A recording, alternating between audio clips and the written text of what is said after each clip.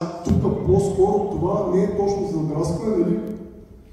Много често, ако станете архитект, ще ви кажат някъде на обекта, ама ти не можеш да направиш това, ти не можеш да направиш това. Аз знам колеги, които са били като вас в строителни техники, защото аз не съм, аз се занимавал с коли в средното си образование.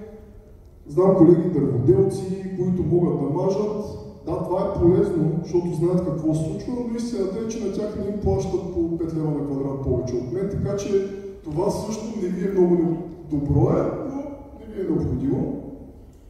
Да рисува пейзажи и портрети. Също много хора си мислят, че трябва да сте някакви адски невероятни художници да станете архитекти. Всъщност не е така, пак отново. Значи някой, ако много добре рисувате, някой клиент ще ви се зарадва, ще ви каже браво, но пак няма да ви плати 5 лева на квадрат повече. А и 5 евро всъщност, защото минаваме него. Добре. Сега обаче какви качества са нужни? Между другото, вие също я кажете някое качество. Решително. Добре. Ма това има всичко е необходимо, то не е само архитектура. Да? Оля? Креативен, да, правилно. Здрава психика. Абсолютно. Сега аз тук съм изборил, значи обратното на това да умее да прави пейзажи, все пак архитекта трябва да умее да скицира. Нали? Един архитект трябва да има пространствено мислене и да може с ръка да обясни идеята си. Включително аз работя, когато съм завършил, още в началото имаше компютър, работя винаги на компютър, но винаги, когато имам да мисля нещо, аз сядам и си драскам с ръка. Така че, ако искате да се развивате в тази професия, трябва да свикнете и си драскате с ръка.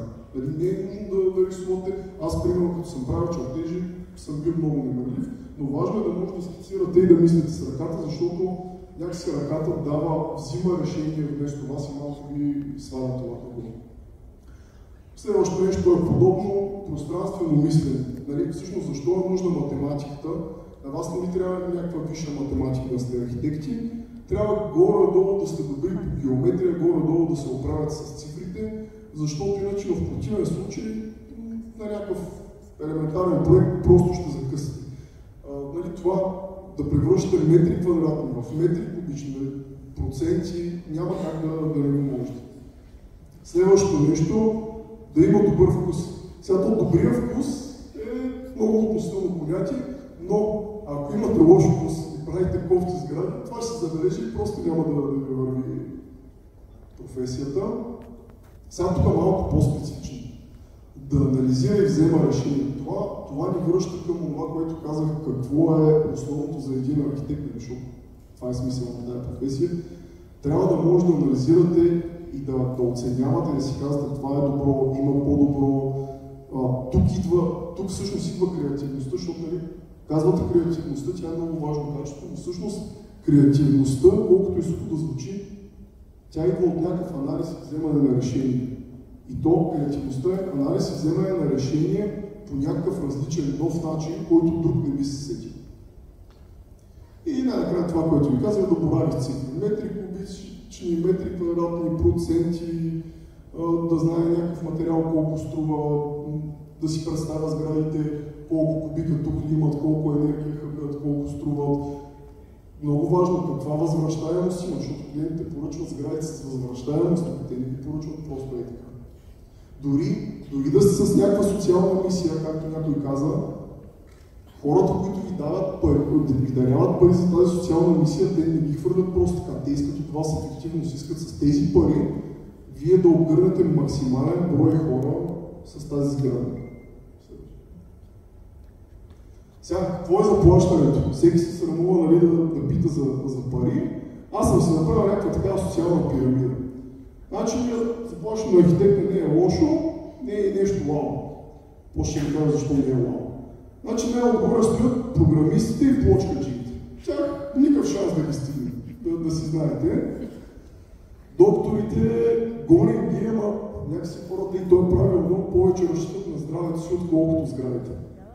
След това идват архитектите и оттам нататък вече са всички професии, нали, срез дълби на някои адвокати, автомонтьори, LRG, общинари, политици и така нататък.